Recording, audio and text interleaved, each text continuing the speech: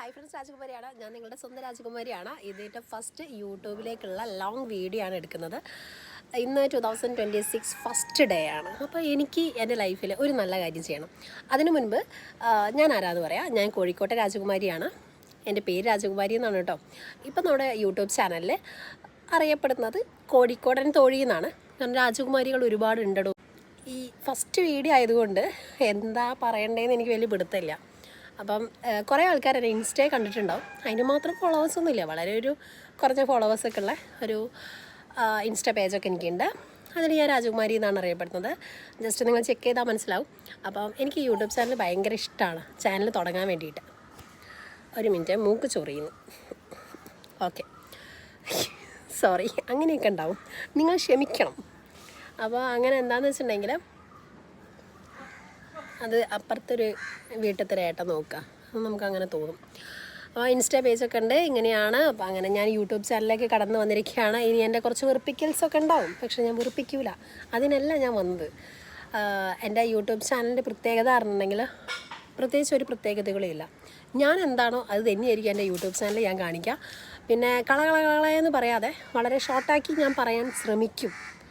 കാരണം നിങ്ങൾക്ക് എന്നെ ഇഷ്ടപ്പെടൂടോ. കണ്ട് നിങ്ങൾ അങ്ങനെ എന്നെ ഇഷ്ടപ്പെടും. എന്താണ് പൂച്ചേ?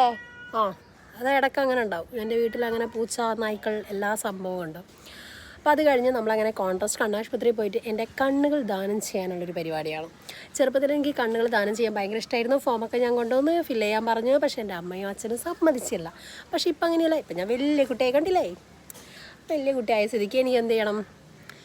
എന്തായാലും ഇന്ന് 2026 ഫസ്റ്റ് ഡേ എനിക്ക് എൻ്റെ ഐ ഡൊണേറ്റ് ചെയ്യണം.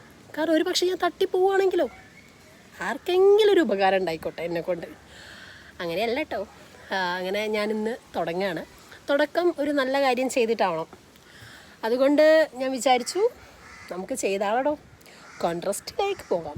ഓക്കെ, എൻ്റെ ലൈഫിൽ ആദ്യമായിട്ടൊരു കാര്യമാണ്, വളരെ പെട്ടെന്ന് നടക്കുന്ന കേട്ടോ. കിട്ടി, സർട്ടിഫിക്കറ്റൊക്കെ കിട്ടി. കോഴിക്കോട് പുതിയറ കോൺട്രാസ്റ്റ് ഐ ഹോസ്പിറ്റലിലാണ് എൻ്റെ ഫോമൊക്കെ ഞാൻ ഫില്ല് ചെയ്ത് കൊടുത്തത്. വളരെ പെട്ടെന്ന് എൻ്റെ സർട്ടിഫിക്കറ്റൊക്കെ നമുക്ക് കിട്ടും കേട്ടോ. ഇനിയിപ്പോൾ എൻ്റെ കണ്ണുകൾ എൻ്റെ മരണശേഷം മറ്റുള്ളവർക്ക് യൂസ്ഫുൾ ആയിരിക്കും. ഇമ്പോർട്ടൻറ്റ് കാര്യം എന്താണെന്ന് വെച്ചിട്ടുണ്ടെങ്കിൽ ഒരു പാരൻസിൻ്റെ കൺസെൻറ്റ് എന്തായാലും വേണം. പിന്നെ നമ്മൾ അടുത്ത് ഏതെങ്കിലും സുഹൃത്തുക്കൾ ഉണ്ടെങ്കിൽ അത്രയും നല്ലതായിരിക്കും. ഡെത്ത് സംഭവിച്ചു കഴിഞ്ഞിട്ടുണ്ടെങ്കിൽ ആദ്യം തന്നെ ഇവരെ വിളിച്ച് പറയണം, എന്നാലേ കാര്യമുള്ളൂ കേട്ടോ. അപ്പോൾ ഓക്കെ, എനിക്ക് സർട്ടിഫിക്കറ്റൊക്കെ കിട്ടിയിരിക്കുകയാണ്.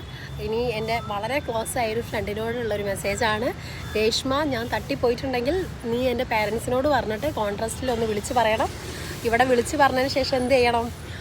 കണ്ണുകൾ പെട്ടെന്ന്, വളരെ പെട്ടെന്ന്, 1 മണിക്കൂറാണ്, 1 മണിക്കൂറിനുള്ളിൽ, 6 മണിക്കൂറാണ് ടൈം, പക്ഷേ 1 മണിക്കൂറിനുള്ളിൽ നീ എന്ത് ചെയ്യണം?